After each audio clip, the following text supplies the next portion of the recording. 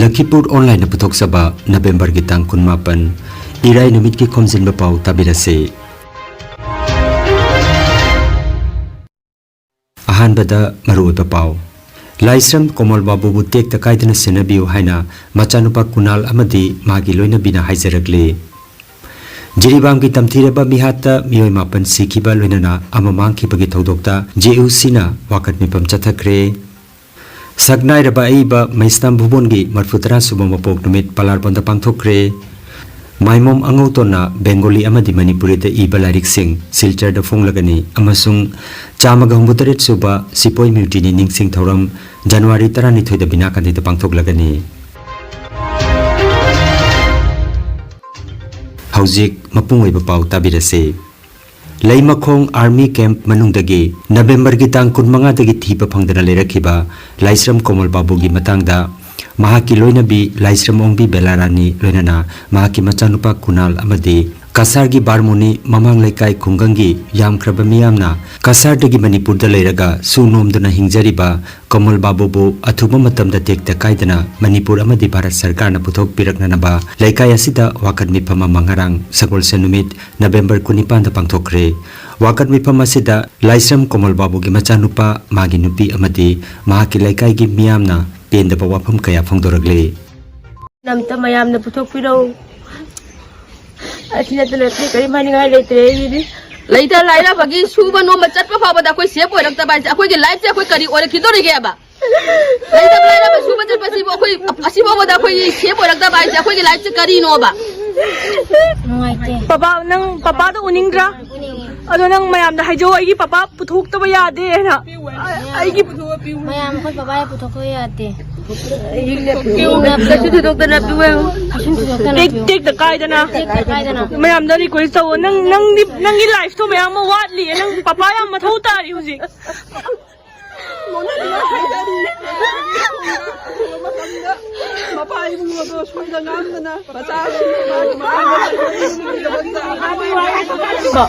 kanana phai no khangde masak khangdo mina phai ni Army camp manungdagi ko hadi camp manungduga gi duty tawriba mi amana masagi entry tawramaga magi check out tawbagi kente proof phangdeba adu entry tawrambagi CCTV proof phangaga out tawbagi proof phangdabagi maram se kai gi oidoino asi thigat biu maram chana thigat biu matik chaba authority na si sinje thigat biu aduga manghiba akhoi gi iche se gi ibai dusu tekta kaidana akhoi da sinaba pami akhoi Kamal Babu puthok pira o haiba wa asi se thamjaningi adugi mathakta ngasi angang se kaimta khangde ba angang gi whole life sima leiri magi whole life sima leiri mama ma chatani ibai duna thabak suraga leiri ba angang iche sigi damakta ibai sigi angang sigi damakta ne khallaga maham duda mathawai khubak ta ha paga ko aina hainingi se angang sigi future gi ni khallaga pesa tanjari ba micham ama khaktane ba lalho ba sunate ibai do army sunate defense kaimta nate ba micham ama khaktane ba sumna thabak chura tanjari ba ani sigi phibam se amta su jingbi u me amna khangi duni government amtang meng chingchanjari sig matang siga aduga aina hainingi se tekta kaidana yamna yangna puthok pirak bo oyu aduga yamna thigat mina si akhoi punamak changaga ko ado kari hainu na khangdre to mayam su hayu ba kunal su hayu papa do yangna puthok piro nagi papa do mari ni phare mang se ko angang sidi kaim khangjaba angang ate ma si mayang ni matung ilaga leijari ba angang ni ko to hayu sa ko hayu papa puthok piro hayu papa puthok ko ya de papa puthok ko ya de papa puthok ko ya de puthok ga ko de sinabiu kogi papa kogi puna makse maham siga tinjabane ba ko do khoi kaigumta irang sakapagi na te khoi government na piba matam do khoi ngai yam asa chauna ngai ibai do tekta kaidana halakhini haibagi asa da ngai prajagi sigi asa se government na thugai biro haiba thajaba thamjari Manipur Sarkar na athuba matamda hairiba inaw Kamal Babu bu masa takat ko phibamda hayenggi manungda pigani hairiba asimak aikhoi hayeng makse ngai jarage phibam se ahing tumdana chadana mahak leiri ne je magi phibam mase amutang Manipur Sarkar na tang jingbi waiba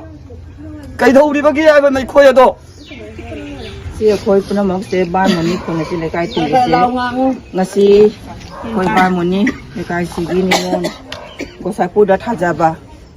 manipur mamina kamal babu asi kamal babu te army camp da supervisor oina thabak tona leiba dagi nan tang ke mande kun manga da phang da doi thi ba phang dei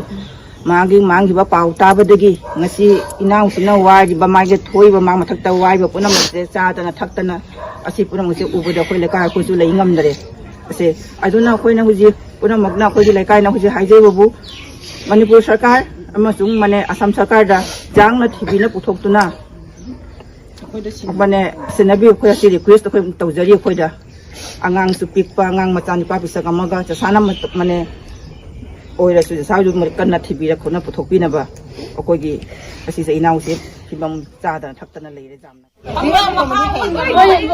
ngasi ai ki chanupi gi kamal babu mangki basi matai mangki basi ai thamoi sokna nungai te ngasi nimi madini sujale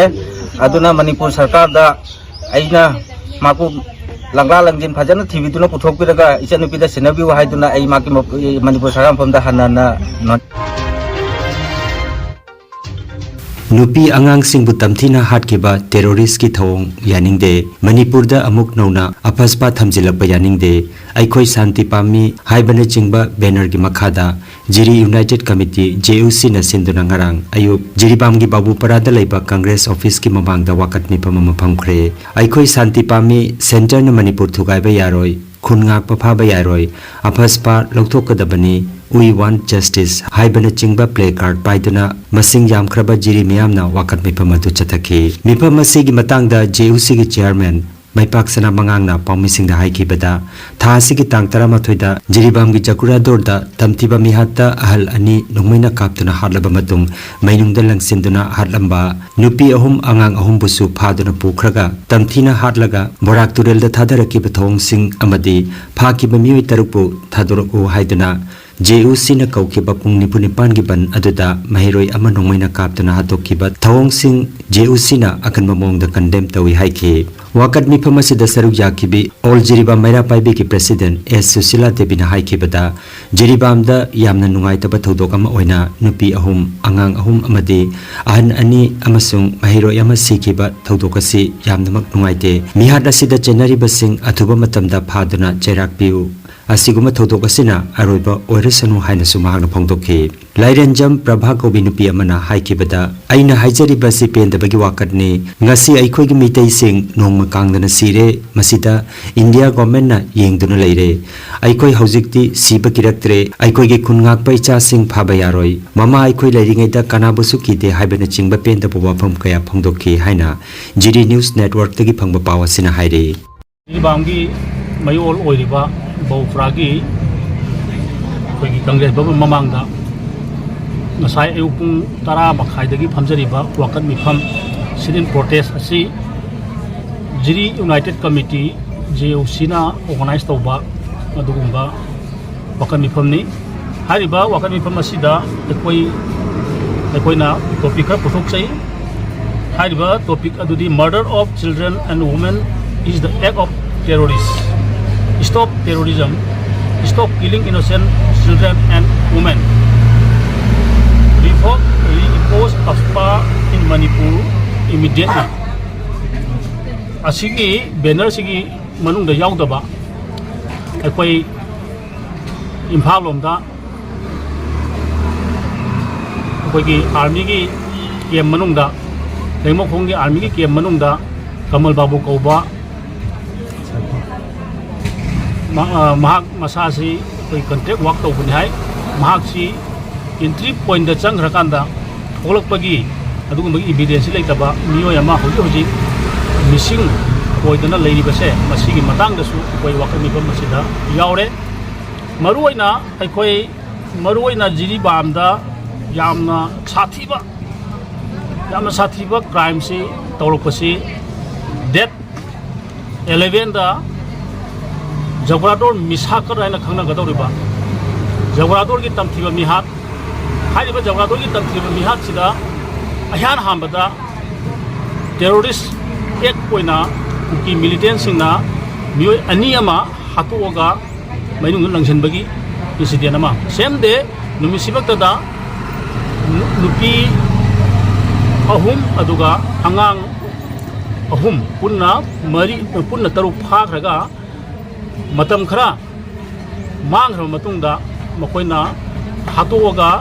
barak turianda phanghiba adugi matungda madugi yaningda phongdok boina hairibam tamthiba mihat adubu yaningda phongdokpa aduga mihat adu chatha phangdringaida dead body je phangdringaida hairiba mioi si phajingiba mangriba mioi singdo madu hadokranabgi damakta jiri nati committee na 48 hours pung nifuga nipangi general strike chatharakanda hagriba mioi singadu ekta kaidana family singda sinau haiba adugumagi demand ama khak government na tawraga chathagiba 48 hours gi general strike manungduda ihau haujaba छात्र अमा कोई कमंगहादगी छात्र अमा हुंद्राक अथौब कोबा अंगांग अमा कोई state actor कोई senior SP nectar ना लुचिंगबा मखोई team ना हौजी फाउददी कोई मदु मखाता थिजनबगी प्रोसेस लैरी हारिबा निहात अदुसु पुन्ना कंडेम तौबगा लोइना कोई मदुगी इहौदा अदुगुंबगी थौदोक थोखरा मतुंगदा जिरिबामगी इंसिडेंट अनि मियोय तरुकी इंसिडेंट निपानगी इंसिडेंट अदुगा मियोय अमगी पुन्ना मापनगी इंसिडेंट सिंग असे मसिबु सौगटपा ओइना तोंगान तोंगानबा मफमसिंगदा जिरिबामगी नतबा अतोपा मणिपुर अदुगी मपान मणिपुरदा तोंगान तोंगानबा इहौ मयाम लाखि हारिबा इहौसिंग अदुदा तोंगान तोंगानबा पामदब थौदोक मयाम थोक्तना अखोगी एमएलए सिंगी युममै थाबा अदुगा तोंगान तोंगानबा इहौ मयाम चंसेलक मतमदा फाजन पुंजनदुना ngasi फावगदा थम्मिबा सिंग असे मरम नाम चादबा अदुगुंबा गवर्नमेंट चथरिबा मरम चादबा सिंग अदो मदु खुदक हंदोकदौबनी हौजिक फावगदा फाजन पुंजलिबा सिंग अदो मदु कंडीशन अमता यावदन थादोकदम हाबसे जिरी यूनाइटेड कमिटी गी मदु एकोई गवर्नमेंट दा तौब डिमांड एकोई जिरी बामदा यामना नुंगाइतबा थौदोक हाइबदी अखोइगी मरा लेजदबा अरे नुपी अहुम अंगांग अहुम अदुगा निपा अनि मैनुंगदा लंझलगा सुमाय तौना हातोकपीबा अमना छात्र अमा स्टेट फोर्सना कापगा हातोकपीबा दुगुंबा थौदोकसे हंदक्सी 2024 गी नवेंबर था सिदा होए यामना नुंगाइतबा थौदोकनी अदुन मसिगुंबा थौदोकसे अमुहन्ना थोक्तबसु ओइसनु हंदंग अरोइबसु ओइसनु अदुगा सुमाइना मणिपुरदा थोइबा थौदोकसिंगदगी जिरिबामदा थोइबा थौदोकसिना ख्वाइदगी तमथीना मरा लेजदबा मकुट हनबा ngamaroidaba टेरोरिस्ट की थवोंग असिना जिरिबामसिदा ओतना अवाबा ताहल्ली लाना से अथुब मतमदा असी असो अपन असी थोखिबा असिना अरोइबो रसनु हाइबसे थमजगे तोंगान तोंगान बा डिमांड सिंगल लोइना असिगे सिगुमलबा खांबा जाम वारे सिडिन प्रोटेस्ट मिसी नासी मयाम सी बंगक्ता पांथोकजबनी ओइ हनिंग्रे असी बलेबा ओइ लोइना हारिबा ओइ निंगी वकत कया सु कया हालिबा खंगौदा नुपी कया हालिबा अखोई सिबा की देवजी असिगे बा मैसाके तौबिरगनु इंडिया की सरकार सु उबीदरे अखोई मणिपुर से लोइना गातोगा मोय मुल्लगे खल नरबा खंदे इंडिया सरकार मुल्लगे र मुनमसो ngमोय मत्रिक लाइते इमा मयाम लेरिङै मणिपुर काइबा ngमोय फारिबा मे पुनमसु मरा लाइतला खादो पिरो मरा लाइते मे ओहन बे मंत्री की जम थुगाय रे हाइदला करिगी फादोइबा मे हातपदि मोयना गेंग लेरगा अदुना मोदा कनो सरकार से करि ngang ngamdre मणिपुर से लोइ तुम माय हाकता बिरेल हाकता मंत्री हाकता मणिपुर मंगन बा मत्रिक लाइते इमा कया खोइना सिर जु थवाइ थारा जु लम मुन बजार होय लम जेम त मुन बजार होय छगा छे हारगा लोइ सनजगे ऐ शांति पामी अयिंगबा पामी मा मया मा कोइ हल्लोइ छे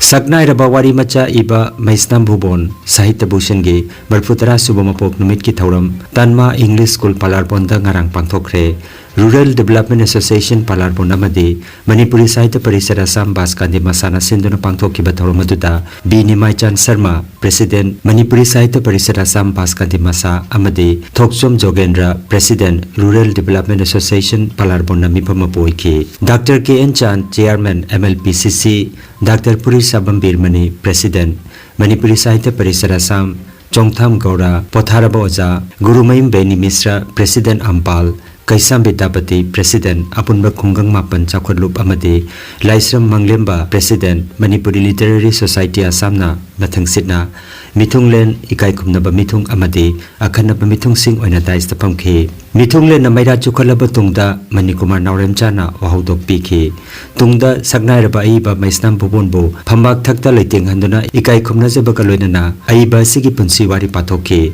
Dais Telengsin Kiba Mithung Singna Mahaki Maramda Maman Leiraba wafam kaya phongdokladuna palarbon asi sahitya ge lehau chenba lamdam amani hainasu singthanaki ani suba session da Manipuri Sahitya Parishad Assam gi Vice President Ngangom Basanta Kumar na moderator oibiduna wari macha pabagi thoroma masu pangthoki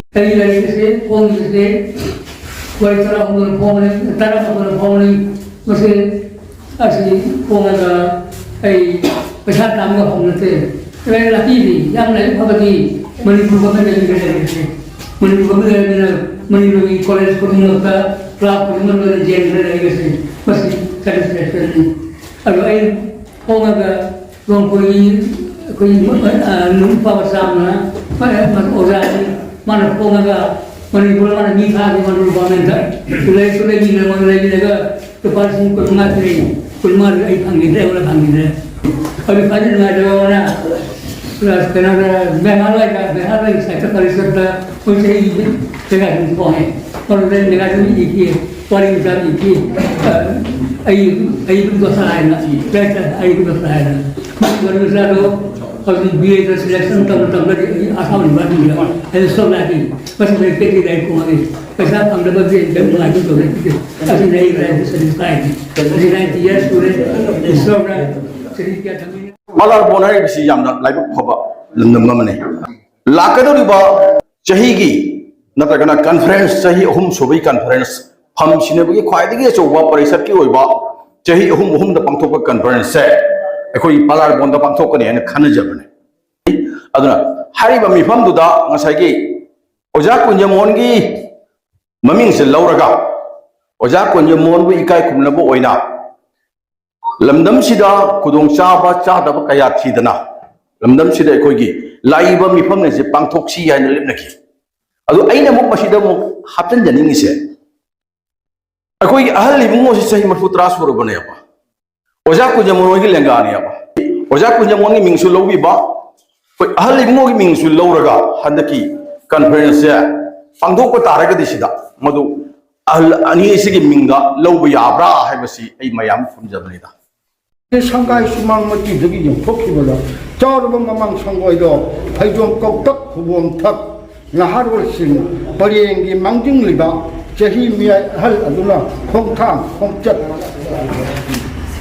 구택 사택 뚱하는 하는 정말 그랬어요. 마시니 나시 밑에 오자싱이 비범 마당 닝싱물기 Manup amana ilapati thi amagi walo mahagna saireng laini chambi kan phongge aduga piru buda mamal pibirak subadagi akon bada purnama khudol bithokre yamna thamoi sopna nuai kidawadi mangin leiraba college ki oja amana mahaki saireng gi laini phonggi matunda yumthong khuding chatuna mahaki laini adu yoki natrabadi mamal hanjin bawagri khalti Religion camp sida numit ke ane taki sanja bangladesh na le yadi basi mahasu adu tenta hamdalo patamo yo nayaktan di patha jagi mana jari ahin nai tik kula nanjen ti ba maya asu chokha rakale loina ba tumphun tana gre adu ingele di tumha ba ya Maponsigi labi salai mai ke loi na lamok na ro dawai punging wakal se to khong khang dana charang na bana khajang ni bakal se hanta lai loksing mang ko tat na dawai tabak thibo in asum asum chakhibada Calcutta shahar dagi na thairaga koila oni mapam ma oiriba Durga Pura thongkhilani mapam adu mahana tabak thiba koi chacha lenge khanghodana no chahi ahan oireba miwe mana hangakhi ibungon ha meitei chana mutumina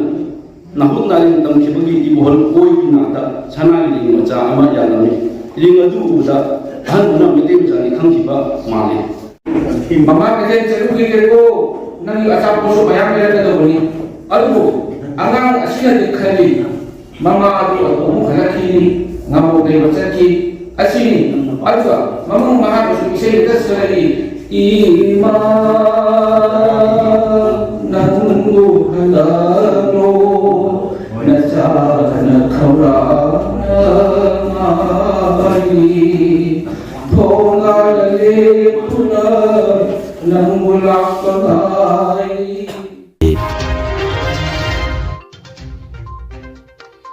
Lakliba nongmaijing December gitang ama ayuki pung 10:30 taba matamda Silchar Bonga Babanda Maimom Angauton Nadpusan na iba Manipur itibrito haiba Bengali larik amaga Manipuri da iba larik ahum Nupilal Sankirtan Madhuri amadi Samulamsa amasung Karta Joy Singh Maikum hanglagani Barak Upetaka Bongo Sahitya o Sanskriti Sammelan Kasar Jila Samiti amadi Maimom Tomal Thambal Memorial Charitable Trust Lamargram Kasar Anina Punna Pangtok Kadoriba Thoromasida Tripura Manipuri Sahitya Parishad ki President L. Biramongolna Mithunglen Oibigani Loinana Nauna Khalaba Manipuri Sahitya Parishad Assam ki President Dr. Purit Sabam Birmani Sahitya Academy New Delhi ki member Dr. K.N. Chan Assam University ki Potharaba BC Dr. Topotir Bhattacharya Aiba Otindas Bongo Sahitya Kasar Jila Samiti ki Hanagi President Taimur Raja Chaudhuri Sahitya Bhushan I.S. Thingom amadi Chongtham Gaurna Chingba Dais ki Leiting Oibigani Sanjeev Debloskor na mipamapo oibigani Thoromasida Saireng Sedinabagi Thoromamasu Pangthokani haina Maimom Tomal Thambal Memorial Charitable Trust ki Trustee Dr. Maimom Santi Kumar ki Cherol amada Phongdorokli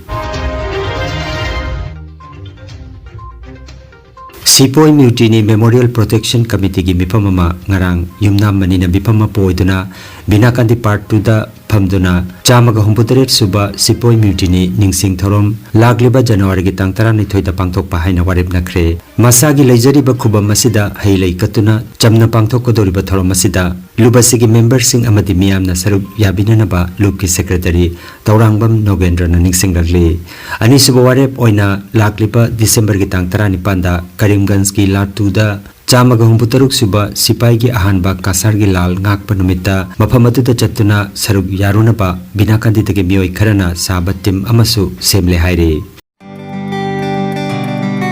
nungairaba pau kasar phular tolda holistic therapy center ama hangduk chare yoga acupressure amadi physiotherapy gi matengna atomgi khwang naba khud haigat pa yadaba khu tangda naba Saru amadi singli naurida nungaitaba paralysis asina chingba akchangi nungaitaba kaya laingana bagitamak ngasimak lengsin birago senior consultant yoga acupressure and physiotherapy specialist in ortho and neuropain Dr. S. Chandrababu Singha Holistic Therapy Center Nilmohon Complex near Muscle Gym OB Road Fullertol Kasarasam Nomaizing natabada numit kudingi ayuki pung mapandagi numitangi pung 3 phawba layengzari mobile number 8638078821 hairiba number asida layengba lakpagi mangoinana appointment book tobinaba khanganjari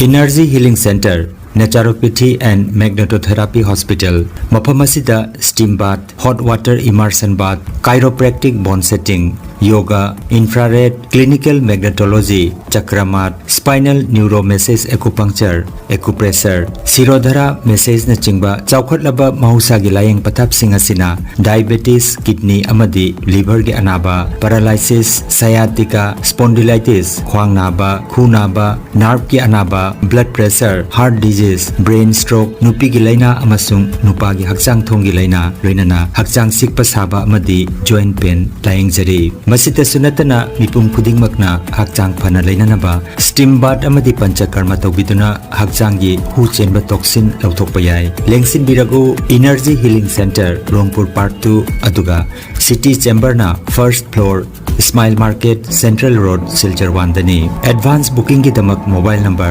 9395 732 456 number asida call tawbirak na maning singjari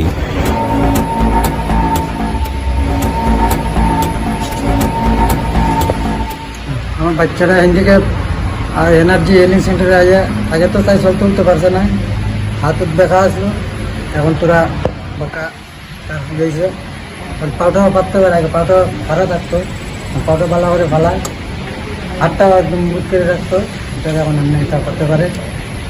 আমার নাম প্রদীপ কুমার সিনহা আমি বলজুর থেকে আইসি স্যারের কাছে treatment করার জন্য আমার back pain ছিল আমি অনেক জায়গা দেখাইছি দেখায় ট্রিটমেন্ট করাইছি মেডিসিন দেখাইছি কোনো সাকসেস হয়েছি না স্যারের কাছে আয়া আমি 20-21 দিনের ভিতরে আমি সাকসেস হয়ে ঠিক মতো আমি যাই আর কি আমার বাড়ি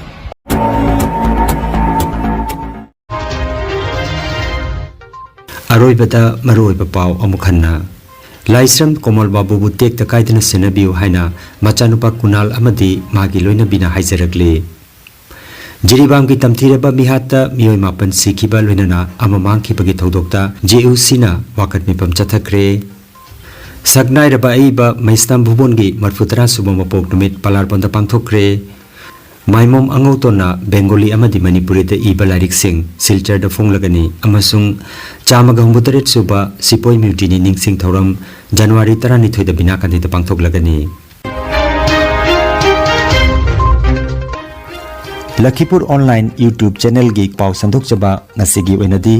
matang asida loijare